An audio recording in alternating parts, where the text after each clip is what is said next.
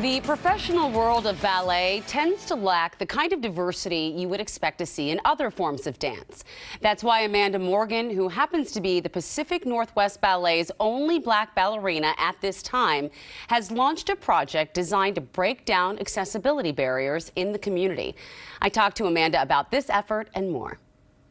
Now that we haven't been on stage live, like without a year of it, I think I was taking it for granted a little bit, being able to have that connection with the audience. There's just something that changes when you have a whole bunch of people out in front of you and you kind of have this energy exchange happening. Because it's not just about, doing whatever role for yourself. It's like you want to share that with people. So yeah, I think for a lot of us here at Pacific Northwest Ballet, it's been hard to not have that interaction, but I'm happy to finally, hopefully be getting back in fall live performances. That'll be fun. I know that as of right now, you are the only black ballet member of the PNB right now. Tell me what it's like, though, being a person of color in the ballet world. Yeah, I mean, I think already, because historically, ballet is very Eurocentric. It started with kings and queens and in France and Italy. So already when you're not from that, it can be classist. There's obviously racism that goes behind that, sexism, all of it. So I feel like constantly throughout my time, either being a student or once I got in the company, it was like slowly just trying to chip away at breaking these barriers of what people thought of when they think of ballet. I think a lot of people tend to think of just, a skinny white woman and that's it. Or a heteronormative story, things like that.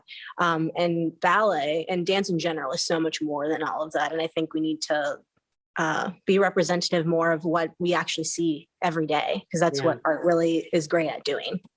It's art. It really, truly is. And incredible to see you all dancing out there. It's just an amazing ability.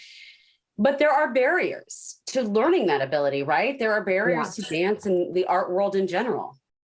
Yeah, I mean, I think already there's going to be biases, right? Since a lot of people that were raised in the ballet world, I mean, things haven't really even started changing up until recently, fully, with people coming to light after the George Floyd protests, talking about, this is happening in every aspect of society, whether that be on the street or, on stage. There are going to be barriers, and there's still prevalent racism. And even in ballet, it can be a little more underlying, right? So that's like from like casting, not getting cast because you don't look a certain way, because you don't look quote unquote like a prince or a princess or a swan queen. Those things are kind of the underlying factors, I would say. And I'm hoping, I think it's starting to change. And I think the more we bring choreographers or different people at the front of the room, not just dancers like myself, dancing, that's going to change more and more. So, and I think that's starting to happen finally. It also seems like access to I was raised by a single mom. Sometimes she could send me to ballet. Sometimes it wasn't in the budget. I mean, do you feel like dance and this level of, art should be, more accessible to more people? Yes, definitely. So I think that's another factor it's a huge socioeconomic thing, because ballet is super expensive. Point shoes are expensive. Lessons are expensive. Being able to transport to and from ballet and being able to leave school.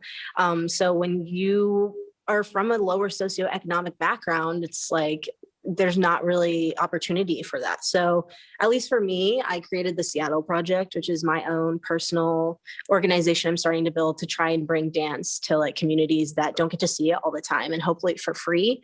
And also getting dance more on film, more, in accessible points, which is right now tends to be social media, because everyone either has a phone or they have access to some type of screen. So I think dance has learned that they can be more open and accessible if they do stuff also virtually, in addition to being live and in a theater. Before I let you go, because I know we're about out of time, but how can people learn more about the Seattle Project or get involved or help out? I have an Instagram account. It's at the Seattle Project on Instagram. And I'm currently in the process of creating my own website for it. And basically there'll be a directory of different types of artists that I've worked with, and we'll just keep adding them of different artists that are in the Seattle area that people may not know about. And if you click on them, you can easily just connect with them, or if there's a certain project that people are looking for, a painter or an art, like a musician or things like that, that's a resource that I kind of wanted to provide.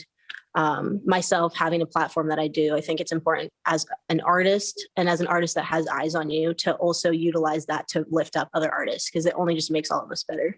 Yeah. So yeah, that's kind of a little gist about that. Well, what's next for you before I let you go? Currently, I just finished rehearsing. Me and my friend Christopher Dariano are going on tour to Jacob's Pillow, which is in Massachusetts, for their annual dance festival, which they didn't have one last year. So they'll be having a live one again finally this year. And then I guess just getting ready for our upcoming season, 2021 to 2022, where we'll be live at Pacific Northwest Ballet. I'm really looking forward to that. So yeah.